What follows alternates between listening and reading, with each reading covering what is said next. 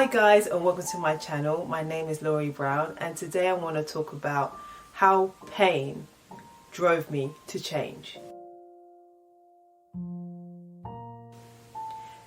When it comes to pain, it's very different for everybody. In fact, when it comes to rock bottom, it's very different to everybody. Everyone has a different level of rock bottom. Some people can see rock bottom as just not being in a job. Some people can see rock bottom as not being fed. Some people can see rock bottom as gaining a lot of weight to a point of where it feels like there is no return, as in there's no quick fix. There are different levels of rock bottom because we all feel things in a different way. But when you hit that rock bottom and you feel that level of pain, it can either ascend you to change or it can consume you. Or in my case, it's done both, and that's what I want to talk to you about. So let me start from the beginning. So my rock bottom was when I was separated, I had a small child, and I was living with my parents, and I just lost my job. And when I was in that state of mind, it was really hard for me, because not only am I dealing with the anxiety and the worry of thinking, how am I going to get myself back on my feet? I was also going through postnatal depression. In that moment, you realize that the bad decisions that you have made up until a certain point have now been resulted in where you are, and people can see that. It almost feels like people can see that you are a bad decision maker. With no money and nowhere to really go, you end up back at your parents' house in your 30s. It's a real bitter pill to swallow. I felt like I was burning alive with emotion that consumed me to a point where I just needed it to stop. And so when I started to feel that way, my mind started to become dormant. And when I say that, I mean I started to feel like I felt nothing. I didn't want to think, I didn't want to do, I didn't want to communicate with anyone. When you are at that place of rock bottom, even though it is hard and you're almost in disbelief, something beautiful does happen there. I started to appreciate the fact that this was a fresh start. Because everything in society tells you how to behave, how to act, what your job should be, what you need to be doing by a certain period of your time. And those societal pressures can really get to you and shape you and brainwash you into believing a certain life is more favourable than the one that you actually feel at your core.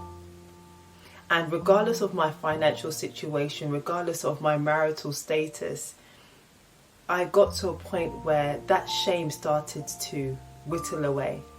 The first thing that I worked on or questioned myself about was my identity. It was about, who am I? And what I realized is that I've been chasing a dream that I didn't even conceptualize myself. And I've never really fully been myself. I was kind of like a chameleon in a relationship where whatever you say goes.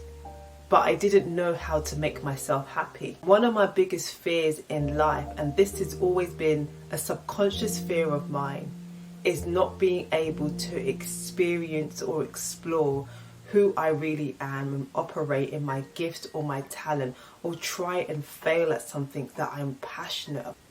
And logically, I got myself back on my feet. I ended up getting another job. I ended up putting my son in daycare so I could do that. I got myself my own place, but it took a while for me to get there.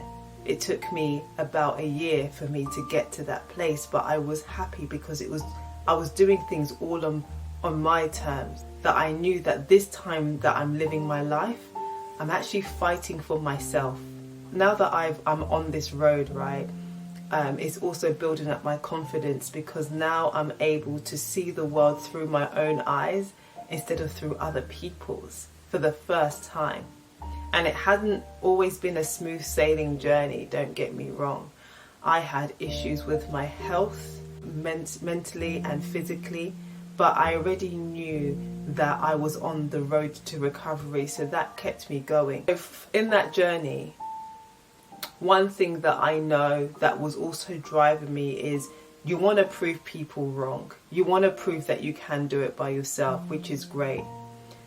And the other factor that makes you okay with starting from the bottom and working your way up is the fact that you blame other people for the position that you're in. So obviously not having any financial support, not having any real emotional support, you kind of look at your past relationship and you drag that into your future to make excuses as to why you're not doing as well as you want to be doing, because it's almost like it's held you back, right? So this is why I am in the position that I'm in. But then what you're doing is that you're giving somebody else control, or you're controlling that narrative in a way where you are not responsible or accountable for your own actions moving forward. And the reason why I mentioned that is because sometimes we can be content or okay where we are, but we're not really progressing in the way that we want to because we have something holding us back. And that's where we need to learn how to let go of that pain, because even though the pain had changed us, it hasn't elevated us to the dimension or the realm where we really deserve to be, or where we think we ought to be. What you need to learn in life is how you are going to survive by yourself and let go of the pain and the shame, so then you can make sure that you are giving 100% to whatever it is that you're doing, whether it's a job, whether it's a change in career, whether it's your own business, whether it's being an amazing parent, whether it's being an amazing new lover to somebody. You need to make sure you can put yourself in a position where you're giving 100%. So on that note, guys, thank you very much for watching, and I'll see you in my next video. Bye.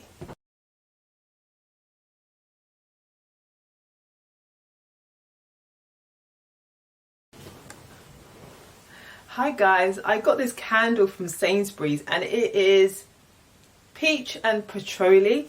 It gives you a vibe of healing but with luxury, you know, like luxury healing is how I would describe this candle. It was £12 and I'm so glad that I got it because it really has changed my mood. And I also got this as well from Sainsbury's. It's a pyjama set. I might show you. Okay, let me show you. I'll show you. Oh my gosh, my ankles! What's going on? I'm old, you guys, like honestly, I'm so old. Anyways, let me just show you my cheeky set. Hold on. It's a pyjama top and trousers. And yeah, this is it. Hope you can see it. I absolutely love it. But anyways, hope you enjoyed the video and I'll see you in my next one. Bye.